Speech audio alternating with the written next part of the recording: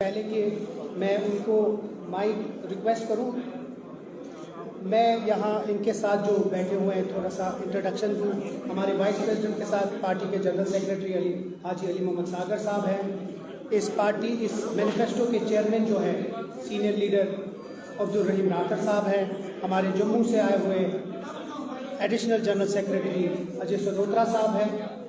इस मैनिफेस्टो को रिलीज़ करने से पहले मैं मेंबर्स का नाम लेना चाहूँगा जिन मेंबर्स इस मैनिफेस्टो कमेटी के थे। उसके बाद मैं नायब सदर को रिक्वेस्ट करूँगा कि वो कुछ बात करें। उसके बाद हमारा स्लाइड स्टार्ट होगा। स्लाइड्स एक एक करके हम आपको दिखाएंगे और उसको एक्सप्लेन करेंगे जो मेन 12 गारंटीज़ हैं।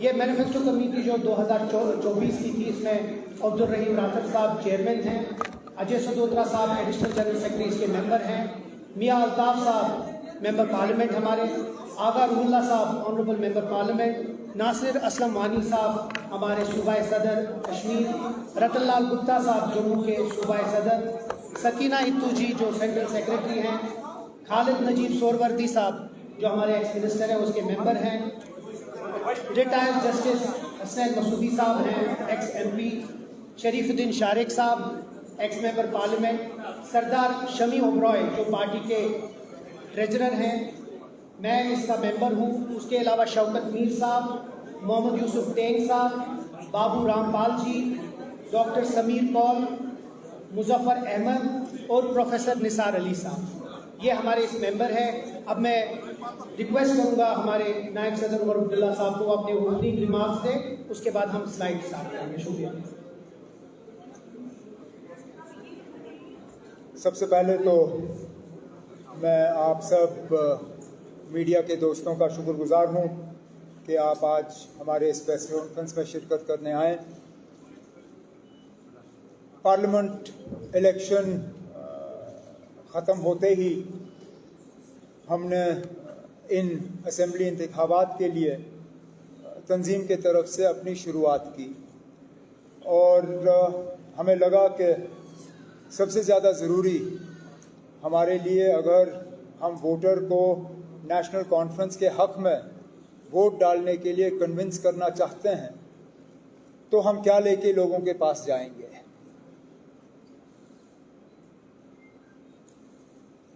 सदर नेशनल कॉन्फ्रेंस जनाब फ़ारूक अब्दुल्ला साहब ने ये ज़िम्मेदारी जनाब अब्दुल रहीम राठर साहब जो हमारे सबसे सीनियर साथियों में गिने जाते हैं, जिन्होंने न सिर्फ तंजीम में एक बहुत अहम रोल अदा किया है, बल्कि कई साल जम्मू कश्मीर के फाइनेंस मिनिस्टर के तौर पे भी काम किया है।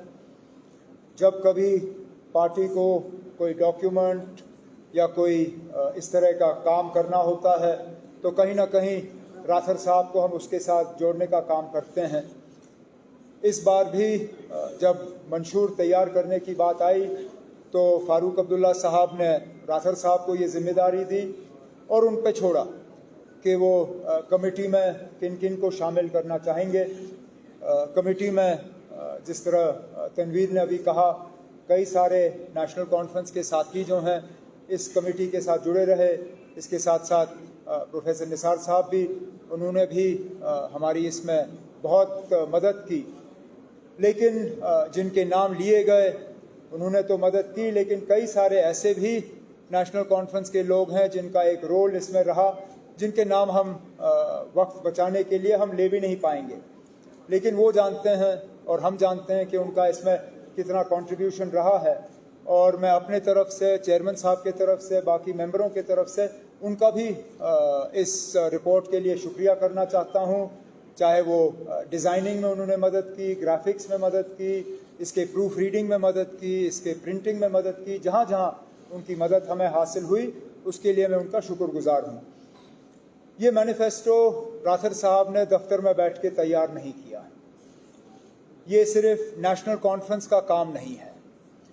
जिम्मेदारी संभालने के बाद राठर साहब का पहला कदम था अपने टीम को बुला के उनसे मशवरा करके हमने जम्मू कश्मीर के आवाम से बात की। हमने उनसे कहा कि हमारे मंशूर में वो क्या देखना चाहेंगे। नेशनल कॉन्फ्रेंस की तरफ से उनको कौन से वादे ऐसे चाहिए जिनसे उनको लगता है कि उनकी रोज़मर्रा की ज़िंदगी में एक तब्दीली आएगी, एक बेहतरी आएगी।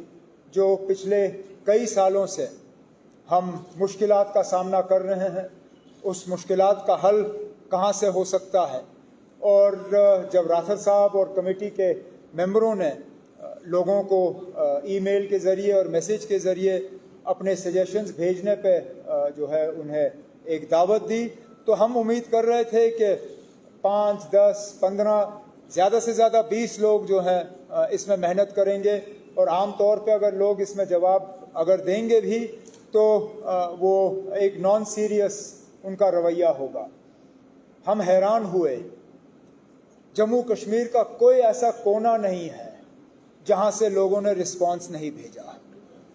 और हजार से ज्यादा होंगे डॉक्टर साहब, हजारों में emails, messages, letters national conference के दफ्तर में राथर साहब को एड्रेस हुए। और जिन्होंने अपना कीमती वक्त इस्तेमाल करके अपने सजेशंस हमें भेजे, पहले तो मैं उनका शुक्रगुजार हूं। और मैं उनको ये कहना चाहता हूं कि एक भी ऐसी ईमेल, चिट्ठी या मैसेज नहीं है जिसको राथर साहब और उनके साथियों ने पढ़ा ना हो।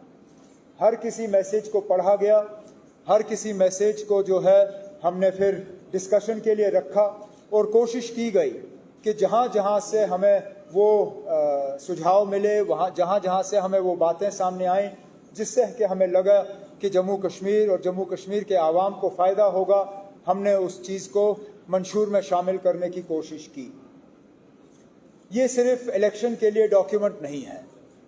जब आप इसको पढ़ेंगे, जब आप इसको देखेंगे, जब तफसील में आप इसको देखें तो आप ये शायद समझ जाएंगे, जो मैं समझता हूँ, कि ये पूरी तरह से एक एजेंडा फॉर गवर्नेंस है। ये 5 साल का एक रोड मैप हम खींच रहे हैं, जो कि इसको पूरा करने पे वाकई जम्मू कश्मीर में एक तब्दीली, एक बदलाव आएगा। बदलाव की बात तो इससे पहले बहुतों ने की, लेकिन धोखा देने के अलावा हमें कुछ नहीं मिला। राथर साहब और इनके साथियों को अगर सदर मोहतरम ने एक बात कही, वो सिर्फ ये थी कि आप वादे वो करिए जो आप कल जाके मुकम्मल कर पाओगे। अब हमारे बाद और भी पार्टियां हैं, वो भी अपने मंशूर जो हैं लोगों के सामने पेश करेंगे। जाहिर सी बात है कि कुछ उनमें से ऐसे भी होंगे जो हमसे बढ़ चढ़ के वादे करेंगे।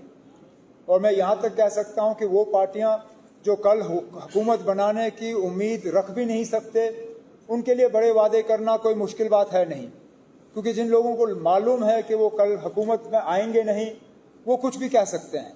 लेकिन हम लोग जो ये उम्मीद कर रहे हैं कि कल को हमें लोगों के वोट हासिल होंगे, कल को अक्टूबर में जब नतीजे आएंगे तो नेशनल कॉन्फ्रेंस की कामयाबी होगी, हमारे लिए गैर जिम्मेदाराना तौर जो है लोगों से वादे करना या इस तरह के वादे करना जिनको कल हम पूरा ना कर पाएं, वो लोगों के साथ खिलवाड़ होगा, लोगों के साथ मजाक होगा, लोगों के साथ धोखा होगा, और हम उस चीज़ के लिए तैयार नहीं हैं। तो जो भी मंशूर में हम बातें शामिल कर रहे हैं, उन सब पे राथर साहब और उनके साथियों ने बहुत ही ज़्यादा इस पे गौर किया है, इस पे सोचा है, इनको एक्सपर्ट्स के साथ डिस्कस किया है, और तब जाके डिस्कशन और सारा चीज़ करने के बाद आज ये डॉक्यूमेंट तैयार करके हम आपके सामने रख रहे हैं। शायद पहले फेज़ के नोटिफिकेशन से एक दिन पहले इसको रिलीज़ करना, इससे भी आप समझ सकते हैं कि कितनी सीरियसनेस नेशनल कॉन्फ्रेंस में है, कितनी तरह से हमने तैयारी की है, न सिर्फ इस इलेक्शन की बल्कि इस इलेक्शन के बाद अगर लोगों ने हमें मौका दिया तो पहले दिन से हम लोगों की खिदमत करने की जो है तैयारी में हम लगे हुए हैं। मैं अब अपने साथियों से कहूँगा कि एक एक करके वो आपको जो 12 हमने इसको डिवाइड किया हुआ है, क्योंकि मंशूर ने तो पढ़ना और इसको समझना इतना आसान नहीं होता।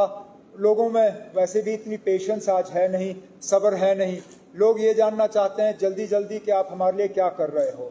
तो इस मैनिफेस्टो को हमने 3 हिस्सों में जो है तकसीम किया हुआ है। एक में हम 12 जो अहम वादे हम लोगों के साथ कर रहे हैं, पहले हिस्से में हमने उन 12 वादों को जो है सामने लाया हुआ है। कुछ हद तक हमने उनको समझाने की कोशिश की है। उसके बाद उसके साथ जो हम एडिशनल कमिटमेंट्स करने जा रहे हैं, दूसरे हिस्से में हमने उनको शामिल किया हुआ है। और तीसरे हिस्से में जो लोग डिटेल में समझना चाहते हैं कि आखिरकार अगर हम किसी चीज़ का वादा कर रहे हैं तो उसको हम पूरा किस तरह से करेंगे, हम उस चीज़ को किस तरह जो है लोगों के सामने पेश करेंगे। तीसरे हिस्से में हमने हर चीज़ को डिटेल में लोगों को जो है वोटरों को समझाने की कोशिश की है। तो आज इस प्रेस कॉन्फ्रेंस के जरिए हम सिर्फ उन 12 जो अहम हमारे पॉइंट्स हैं, जो गारंटीज़ हैं, उन 12 गारंटीज़ को आपके सामने रखेंगे। उसके बाद पूरी मैनिफेस्टो आपके साथ जितने हम कॉपीज़ अभी तक तैयार कर सके वो हम आपके साथ बांटेंगे। डिजिटल कॉपीज़ आपको जितनी भी चाहिए होंगी इस प्रेस कॉन्फ्रेंस के बाद व्हाट्सएप के ज़रिए, ईमेल के ज़रिए, मैसेजेस के ज़रिए हम वो डिजिटल कॉपीज़ आप तक दे देंगे और आप इस मैनिफेस्टो की जो है फिर एनालिसिस आप खुद कर सकते हैं। उर्दू और हिंदी में जो है इसकी ट्रांसलेशन की जा रही है और 2-3 दिन के अंदर अंदर इसका उर्दू ट्रांसलेशन और हिंदी ट्रांसलेशन जम्मू के कुछ इलाकों के लिए ये दोनों तैयार करके हम वोटरों के पास जो है इसको पहुंचा देंगे।